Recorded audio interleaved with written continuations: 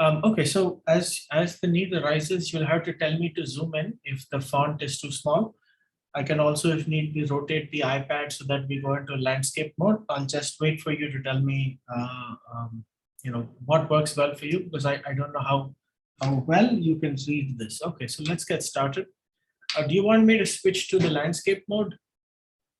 Is that easier to see, read? No, so this is fine. Just a little bit zoom maybe. Okay. Okay. All Yes, right.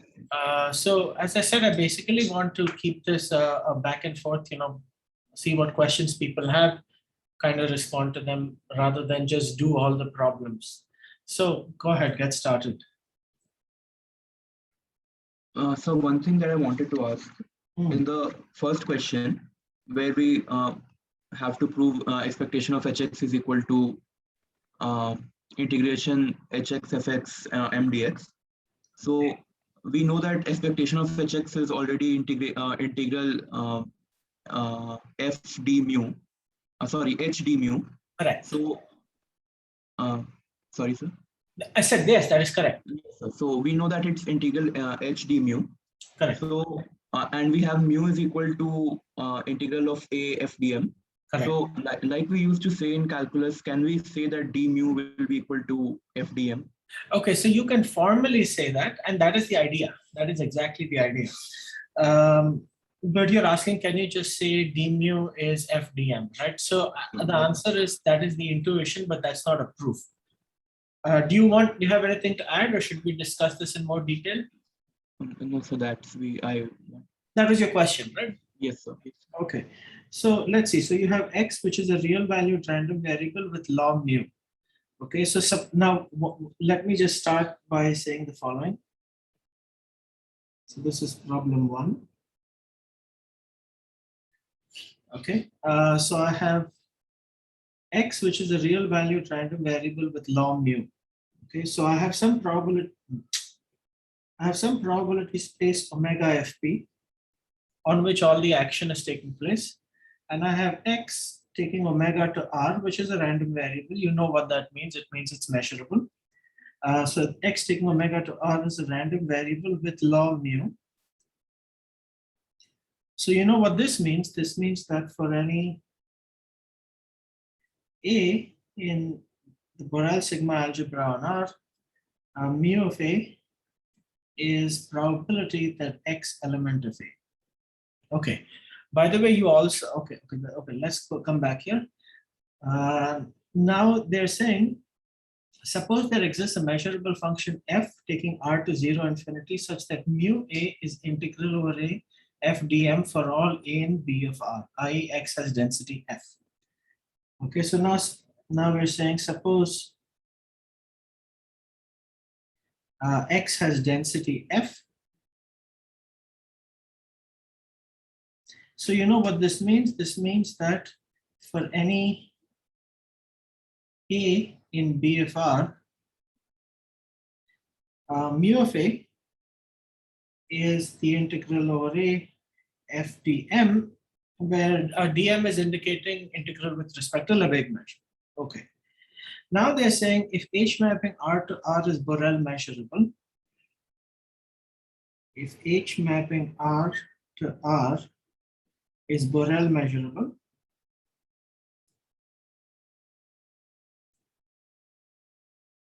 show that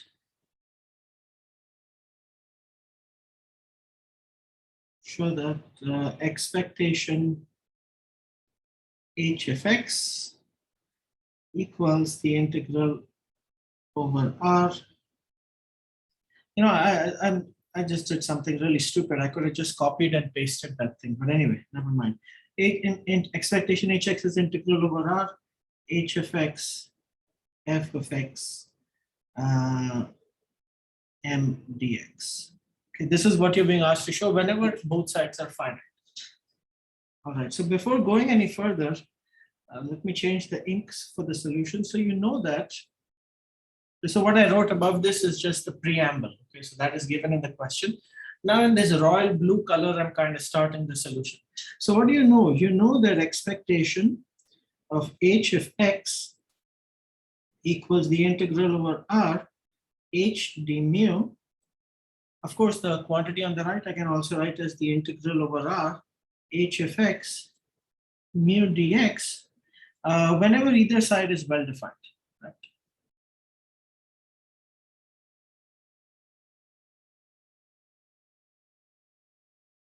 Do you guys agree with that? This is something we did in class. Yes? No? Okay, so all you need to do is thus simply need to show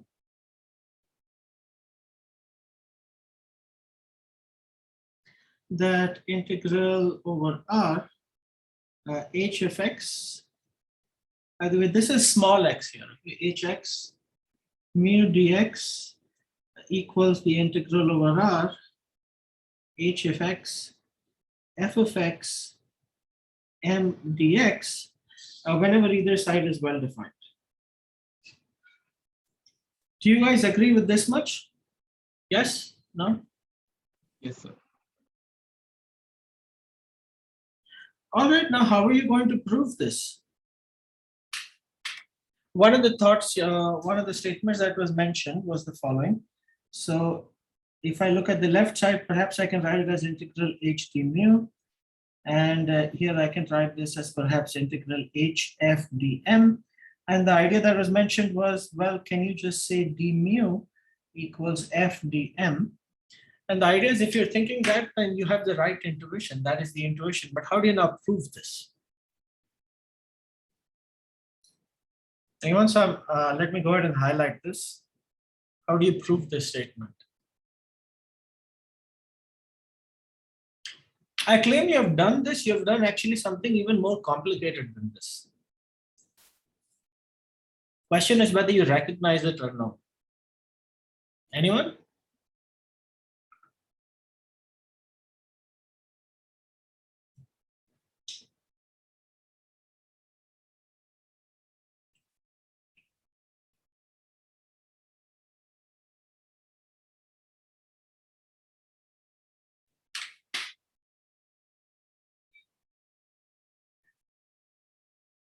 Is this reminding anybody of anything?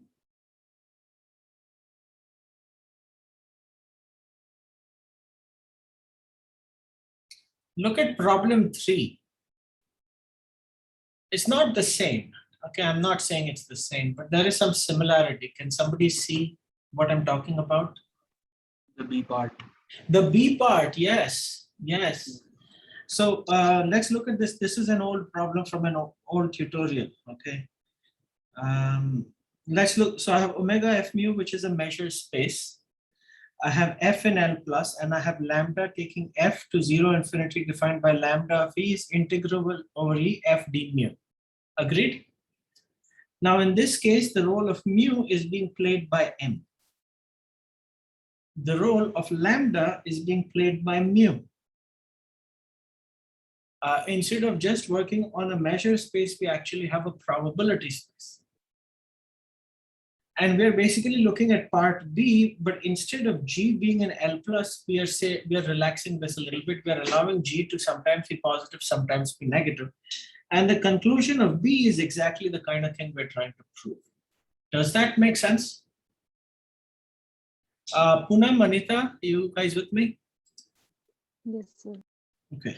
So the idea is that you have to, well, basically when you have to show that these two guys are the same, you will go through the usual routine. You will first say, suppose H is an indicator function. Show that left side equals right side. Then you'll say, suppose that H is a non-negative simple function. Show that left side equals right side. Then you will say, suppose H is non-negative measurable. Then there exists an increasing sequence of simple functions which converges to H. Use monotone convergence theorem, show left side equals right side. Then say, suppose H may not be non-negative. So decompose it into positive and negative parts. And then to positive and negative parts, apply the result. And then put the pieces together. In fact, you saw that argument. Okay, so let me go back here. When we proved this in class, you saw that argument already. Okay, so it's not that the argument is new. You have seen that argument. Indicator function, simple function, which is non-negative function using monotone convergence theorem. general functions by breaking up into positive and negative parts and so on. So yes, that's what you would do. So I claim you have already done something like this in tutorial 2. You already had something similar, not the same. No, not this one, sorry. Not the same, but you had something similar.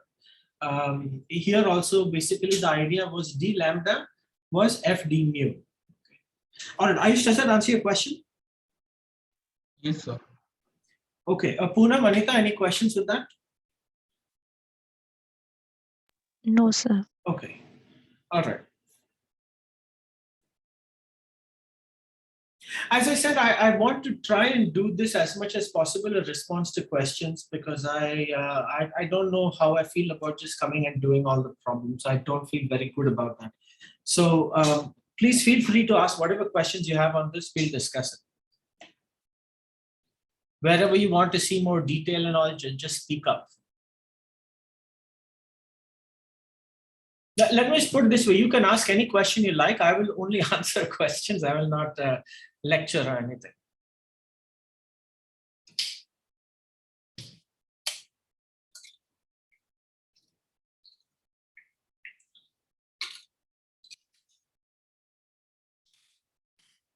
Any questions with how you go about executing this?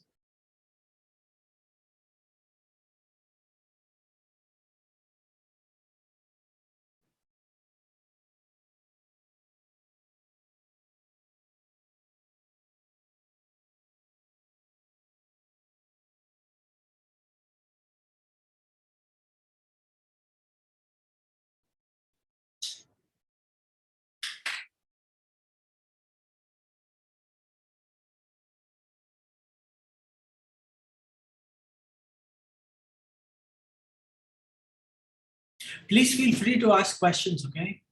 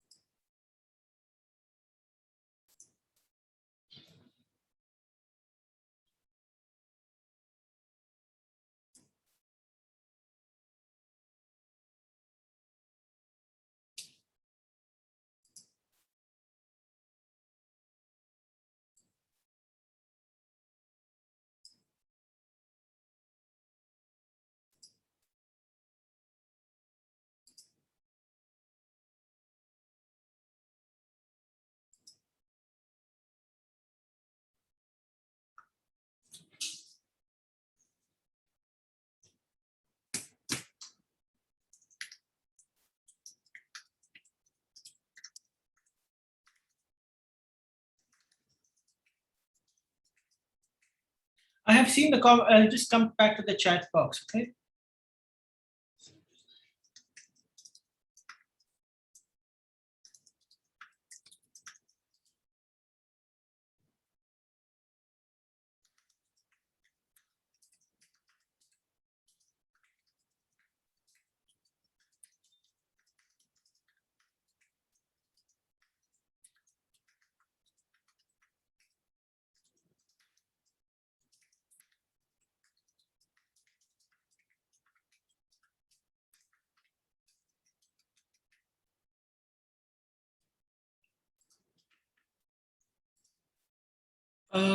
Okay, not okay. So, but then that's fine. Then I don't know what to say if you have not tried the tutorial yet.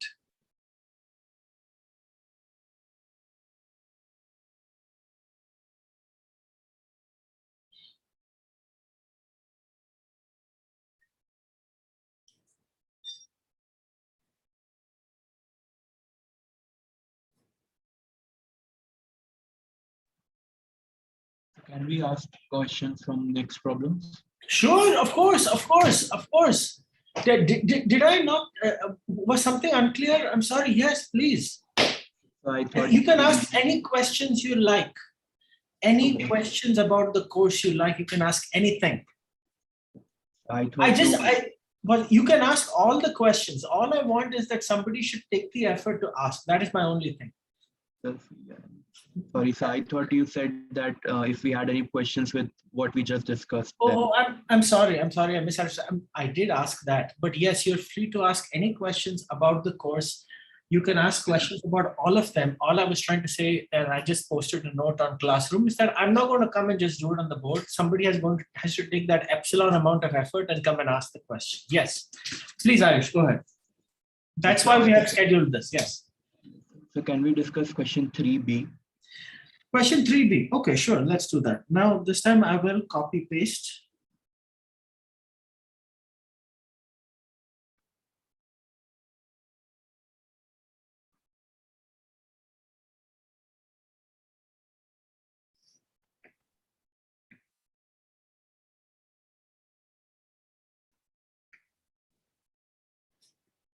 Okay.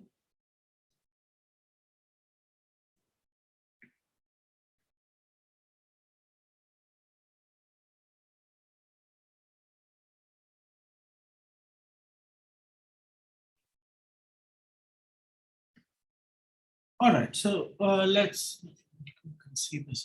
Sure. Okay. All right, so what are we told here? Here we are told, suppose x and n going from 1 to infinity is a sequence of independent, just forget about this. Okay, this has gotten copied from the line above, ignore that. Okay.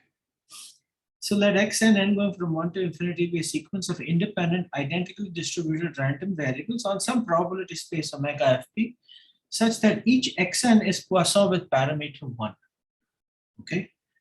Next, for each n greater than or equal to 1, let an be the event xn equals 0. Part A says compute P of an and P of an complement. So let's see. So what is this saying? So what I'm writing down is something you already know. Since xn, Can we zoom in a little bit? sure. Should I do this? Would this help? Yes, sir. This is better. Okay. All right. So here's what we'll do. So xn is Poisson 1, right? So what does that mean? That means that xn takes values in z plus and has probability mass function P of small x equals, this is of course the probability that the random variable capital Xn equals small x. This is e to the minus lambda, lambda to the small x over x factorial. If x is in z plus, remember that z plus is the collection of all non-negative integers. So it's 0, 1, 2, and so on, and 0 otherwise. All right, and now you may ask, here I've written n, which n am I talking about? And the answer is it doesn't matter. I could put x1 here, I could put x2 here, I could put x3 here, I could put any of them, because remember all of them are identically distributed. So x1 has the same law as x2, which has the same law as x3, which has the same law as x4. In other words, if they're discrete random variables, all of them have the same PMF. Okay. All right, so that's what you have. Now you're told what? Now you're told let an be the event xn equals 0. Of course, you know what this means. This is just the set of all omega and omega, such that xn of omega is 0, just in case you were wondering. All right, and now what you want is you want P of an. So you want P of an is, so you want P of xn equals 0. And now you just go to this particular formula that you have right here. Right, and you will basically plug in small x equals 0. So this is going to be e to the minus lambda, lambda to the 0 over 0 factorial. 0 factorial is 1, so you basically get e to the minus lambda. Any questions with that? Okay, then you're asked what is P of an complement? Well, that is of course 1 minus P of an. So that's 1 minus, okay. By the way, in this case, lambda is given to be 1. Okay, so lambda is 1, so I have e to the minus 1. So this is 1 minus e to the minus 1. So far, so good. All right, now we are asked to do the following. Let C be the event that the series converges, okay? So C is the set of all omega and omega such that n going from 1 to infinity, x and omega less than infinity. Compute P of C. So now let me ask you a question. When will this series converge?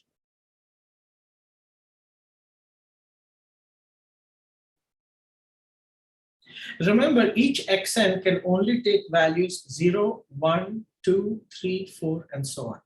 I'm adding an infinite number of them. When will the series converge?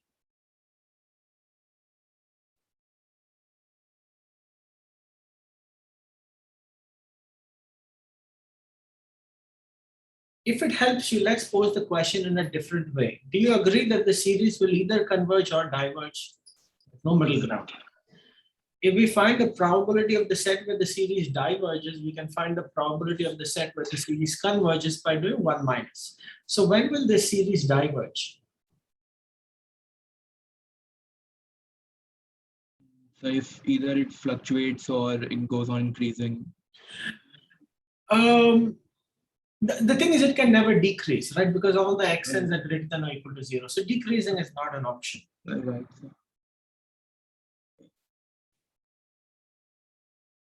So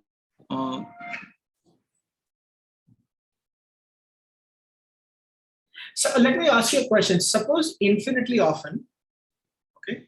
Suppose infinitely often you get xn is 1 or more. Will the series converge? I'm adding an infinite number of integers. Each integer is either 0, 1, 2, 3, and so on.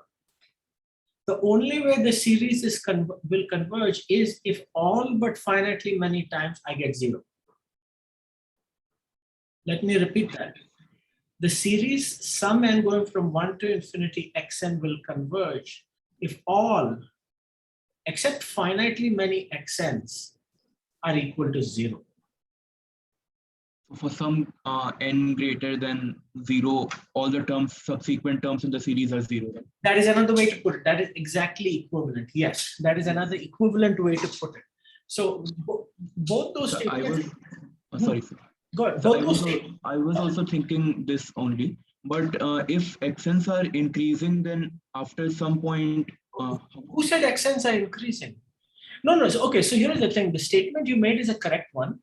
But in doing this problem, so okay, so you made a statement that the series will converge if and only if after a certain point all the terms are 0. right, sir. That is a correct statement. That is equivalent to another statement. The other statement which I'm making is except for finitely many terms, all the terms are 0. This means that there is an n after that, all of them are 0, and before that, some of them may be 0. Okay, I claim that this will help you do it because one way you can now say is let D. Okay, so you can say let D be the event that the series diverges. Okay.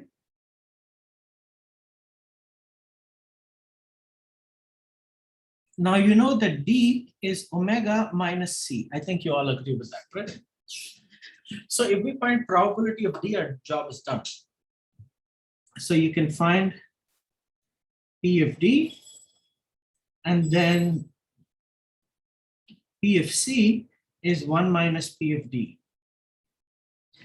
Okay, so D is the event that the series diverges, right? So this is the set of all omega and omega such that sum n going from 1 to infinity xn of omega equals infinity.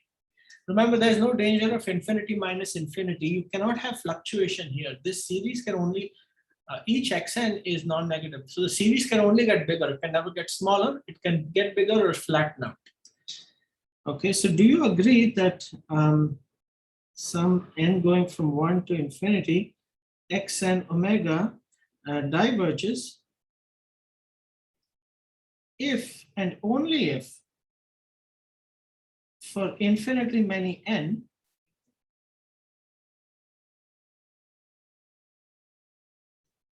we have xn greater than or equal to 1. Do you agree with that?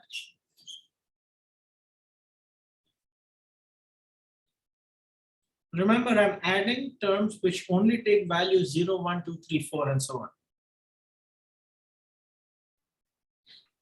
So we, okay. If for infinitely many n, we wanted 0, right? Oh, no. Okay, remember, I'm talking about divergence here. Okay. Oh, This, okay. Yeah. Okay. Yeah. Sorry. right. So I've switched from trying to calculate the probability of convergence to calculating the probability of divergence. Yes. Because I have done this problem before, and I know that well, you can do it both ways, but I'm just saying, if you look at the probability of divergence, it's easier to relate it to Borel-Cantelli.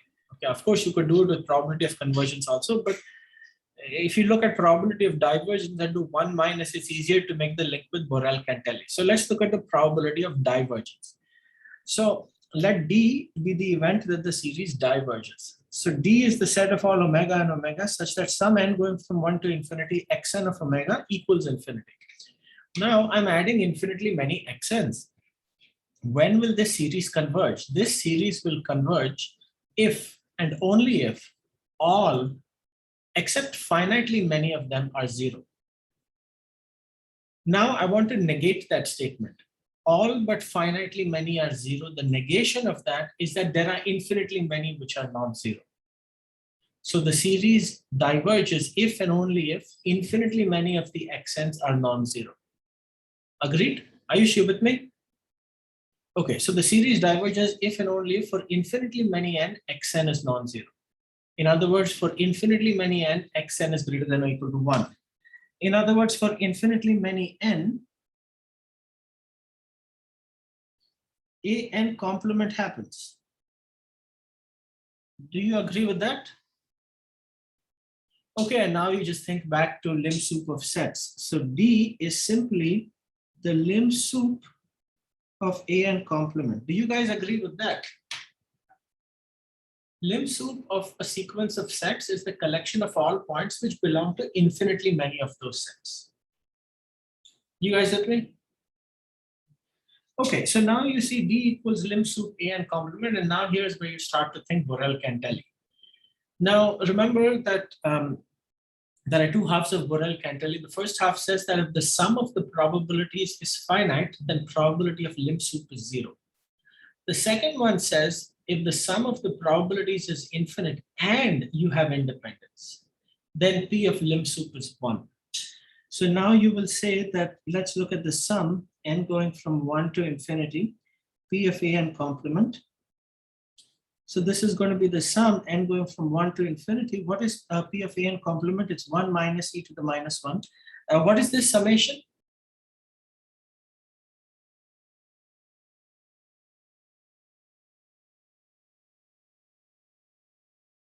What is this summation? So it's a It's infinite. infinity. It's infinity, yeah. It's not much to think, it is infinity. I'm adding infinitely times the same positive number. So this is infinity. Yes. Also, the A1 complement, A2 complement, ... are independent. Okay, we've gone over this when we talked about independence, right? If the A1s are independent, then the complements are independent. In general, you talk about independence by talking about sigma algebra, blah, blah, blah. All right, so by second half of Borel-Cantelli,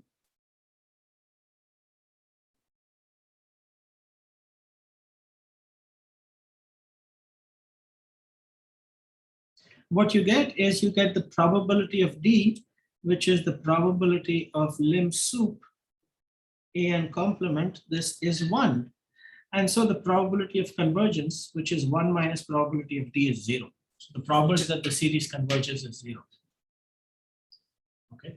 See, the thing is, if you start with the set where the series, if you look at C actually ends up being the lim inf of an. Okay, so that's why it's a little difficult to relate it directly to Borel-Cantelli, and it's easier to relate the complement of C to Borel-Cantelli. Does that answer your question, Ayush? Yes, sir. Okay.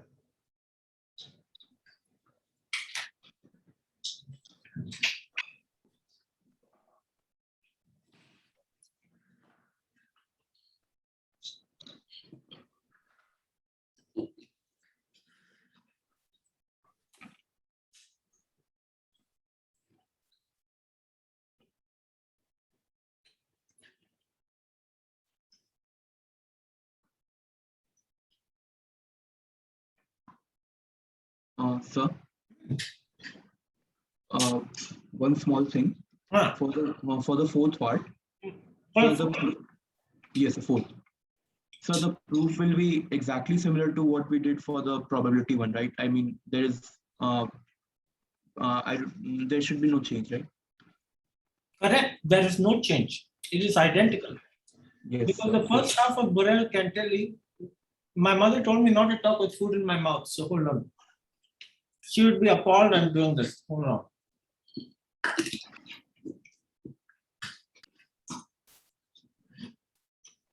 Sorry, emergency. Can you hear me? Yes, sir.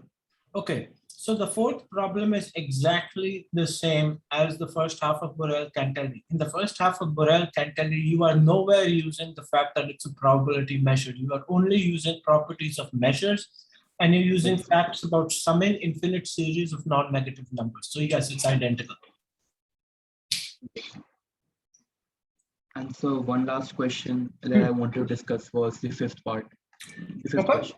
Mhm. So I was trying to do this, but like I didn't know in which how to go in that direction. So I thought of using that four-step approach of first taking it to be indicator and then simple, but I think I went on the wrong track. Let me give you a hint. But do you suppose I tell you? First of all, I'm telling you that this is easier than that. But maybe we haven't seen any problems illustrating this theorem, so it may not have occurred to you. Suppose I ask you, can you do it using dominated convergence theorem? What would you say? Let's think about that.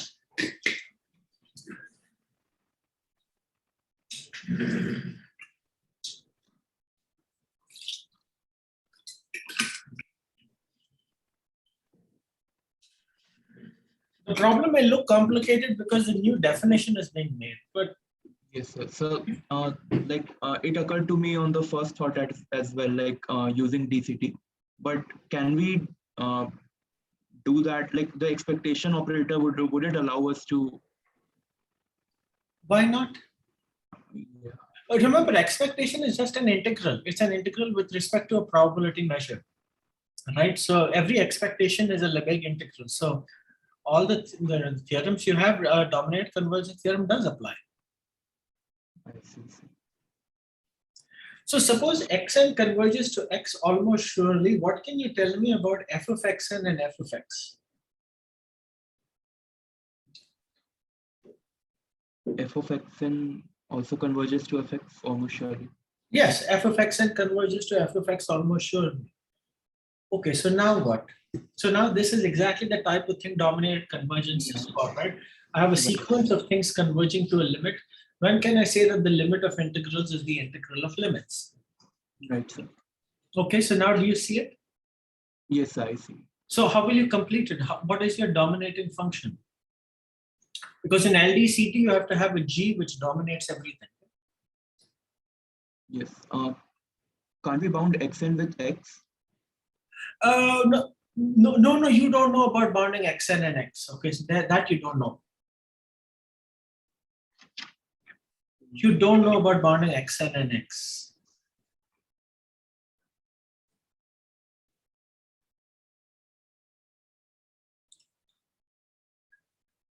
So let me just scribble a little bit. So this is problem 5. So xn converges to x almost surely. So f of xn converges to f of x almost surely. And now what you want to conclude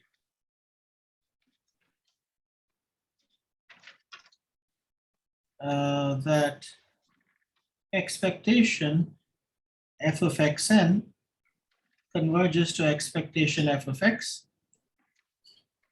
Or if you prefer writing in terms of integrals, integral f of xn dp converges to integral f of x dp. So now these are your fn and this is your f. And now you know that capital Fn converges to F almost surely. Is capital Fn integrable? Yes, sir. Why? So it's It's correct. It is integrable. Why? so the composition. No, sorry, sir. What information has been given to you about small f? Just-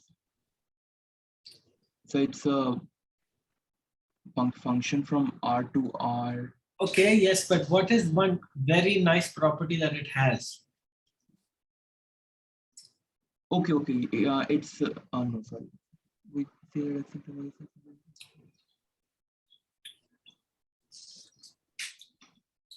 A small f is bounded, right? bounded. Yes, sir.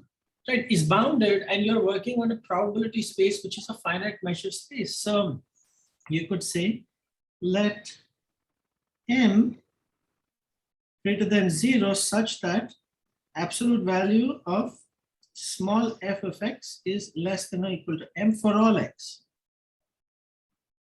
Such an m exists because small f is bounded, you know that.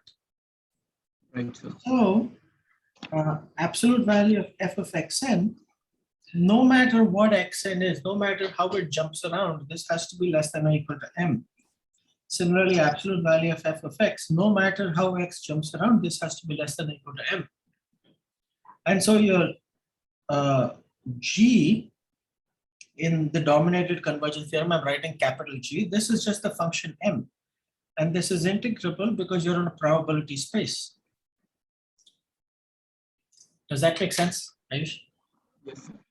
So it's just an application of dominated convergence theorem using the fact that f is bounded. So since f is bounded, you can use the upper bound. There are infinitely many upper bounds, but find some number m which is consistently bigger than absolute value of f. You will be able to find one because f is bounded. Take that number m as your g. G is the dominating function in dominated convergence theorem. And then you're done. Absolute value of fn is less than or equal to g. G is integrable, so fn is integrable. Absolute value of f is less than or equal to g. G is integrable, so f is integrable. Fn converges to f almost surely. And all the functions can be dominated by an integrable function, so you can use dominated convergence theorem. Make sense? Yes, sir.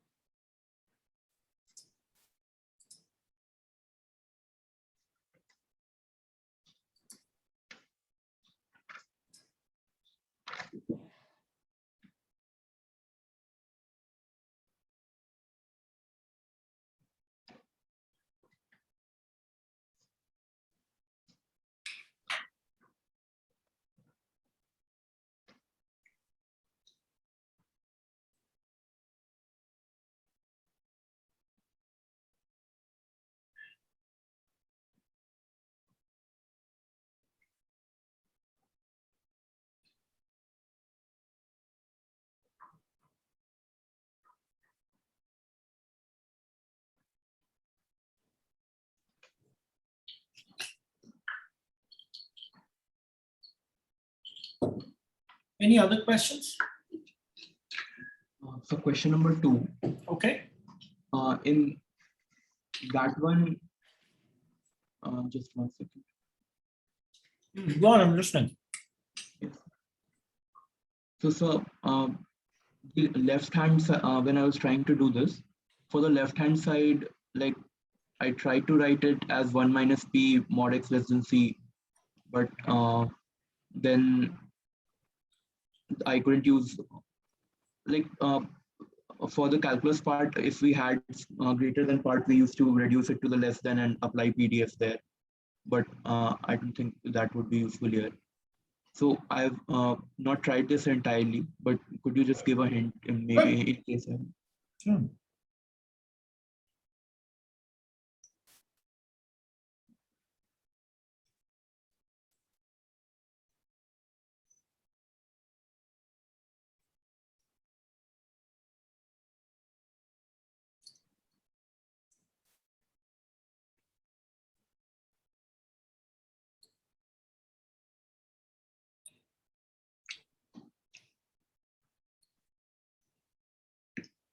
Okay. So let x be a real valued random variable and let f mapping 0 infinity to 0 infinity be monotone increasing. Okay. So what you know is that if small x, okay, let me rephrase that. If small x, small y belong to the closed interval 0 infinity with small x less than or equal to small y, then f of small x is less than or equal to f of small y. Do you agree with that? Yes, sir.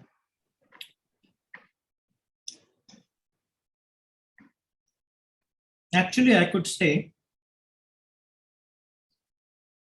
if x and y belong to 0 infinity, then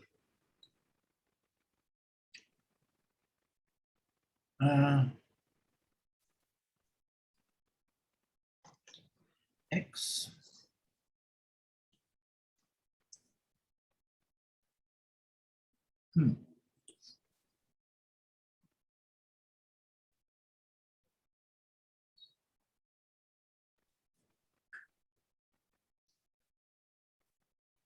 Okay, so now let's look at mod x greater than or equal to c.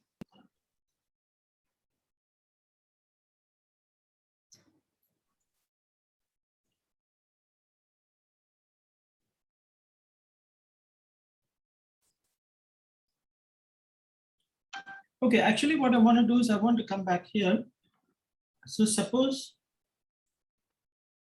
x, y belong to 0 infinity with x less than or equal to, okay, so belong to 0 infinity. So suppose x less than or equal to y. Well, then you can be sure that f of x is less than or equal to f of y. Agreed?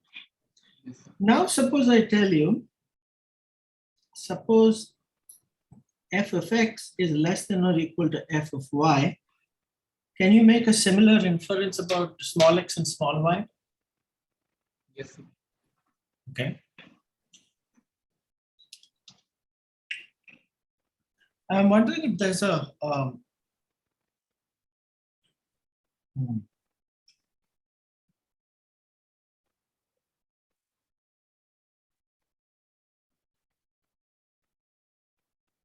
okay.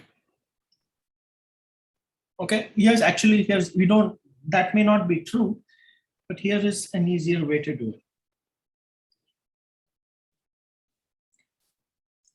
Do you agree with this much? If x is less than or equal to y, then f of x is less than or equal to f of y. Yes, sir. So if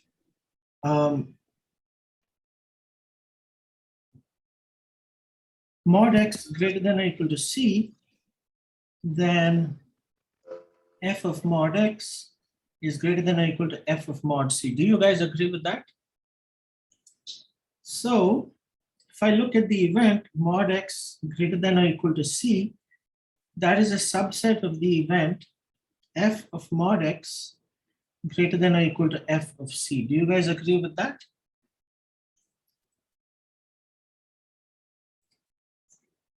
Okay. So probability of mod x greater than or equal to c is less than or equal to the probability of f of mod x greater than or equal to f of c. Do you guys agree with that? Yes? Okay. Now, here what I'll do is the following. I will say, let me look at expectation of f of mod x. Okay, do you agree that this is greater than or equal to expectation of f of mod x? Indicator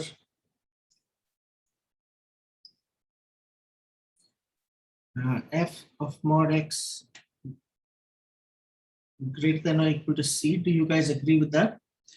Whenever I'm taking the integral of a non-negative function that's greater than or equal to the integral times the indicator of anything, correct? Now, on this set, f of mod x is greater than or equal to c, so In other words, this guy is greater than or equal to, no, sorry. There's a mistake here. It should be f of mod x greater than or equal to f of c, sorry. So this is greater than or equal to f of c, indicator f of mod x is greater than or equal to f of c. So just 1 second. Yeah, In this after the step that if x is greater, if mod x is greater than or equal to c, then f mod x is greater than or equal to f c. How if did mod, yeah, go on. Yes, so how did we write the step after that? Like, how did we say that it would be a subset of the other one? Okay, so let's try once again without trying to make such a mess. Okay, so let me try once again. So let me start with the expectation of f of mod x. Okay. Yes. Now, do you agree? So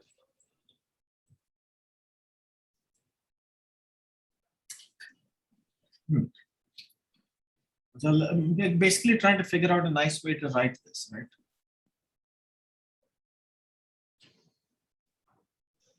All right.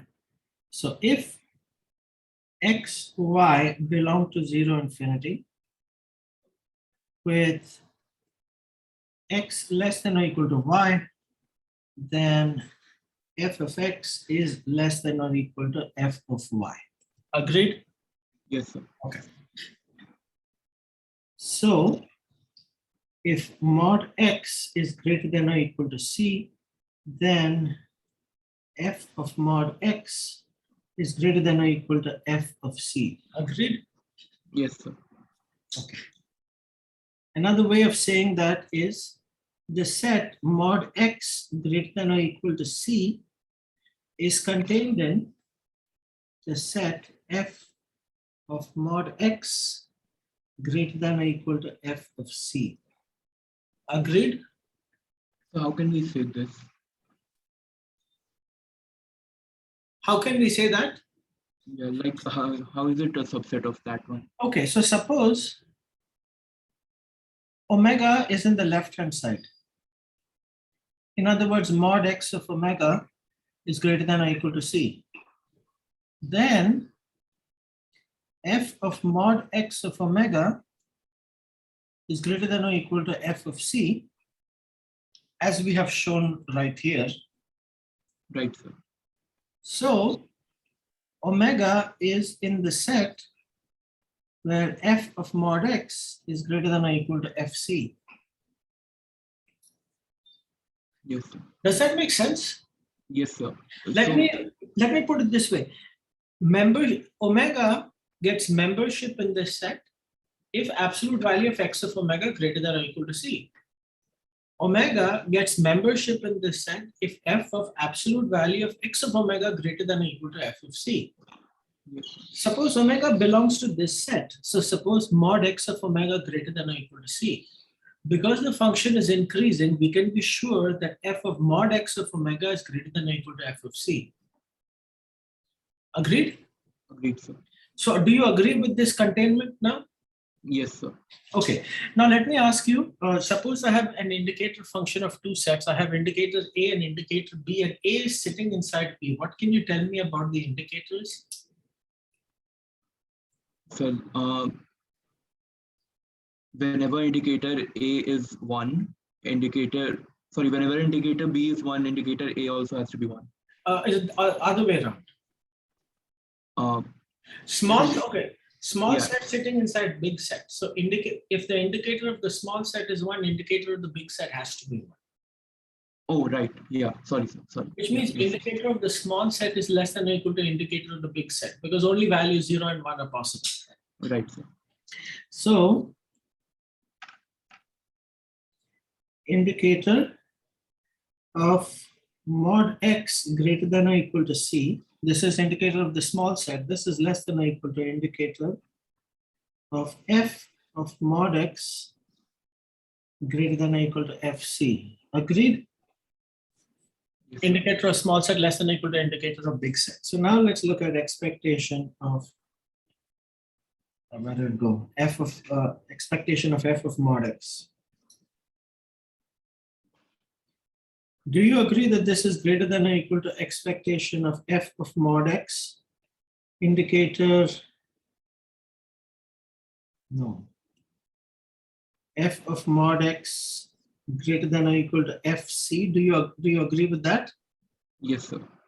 Now, what have we shown? We have shown that this indicator is greater than or equal to indicator mod x greater than or equal to c. Right, sir. So this is greater than or equal to expectation of f of mod x, indicator mod x greater than or equal to c. Agreed? Yes, sir. Now remember, if mod x is greater than or equal to c, then f of mod x has to be greater than or equal to f of c. So this thing is greater than or equal to f of c, indicator mod x greater than or equal to c. So expectation of f of mod x is greater than or equal to f of c, probability of mod x greater than or equal to c, which is what we wanted to show. Does that answer your question? Okay, so it's actually somewhat simple. Well, once you see it, everything is simple. But yeah, the main idea is that yeah, there's the main idea. Does that answer your question, Ayush? Yes, sir. So just one last thing. Hmm. When we showed that the left set is contained in the right one, Okay. couldn't we have shown it the other way around too? Like, are these sets equal? Okay, so that's what I initially thought, but I'm not sure. So consider a constant. Okay, let me, rather than blabbering, let me draw a picture. That's what I thought initially, but I think that may be false. So here's why.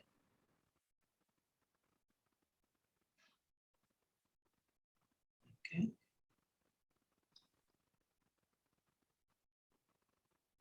Okay, so basically consider the indicator function of 0 infinity.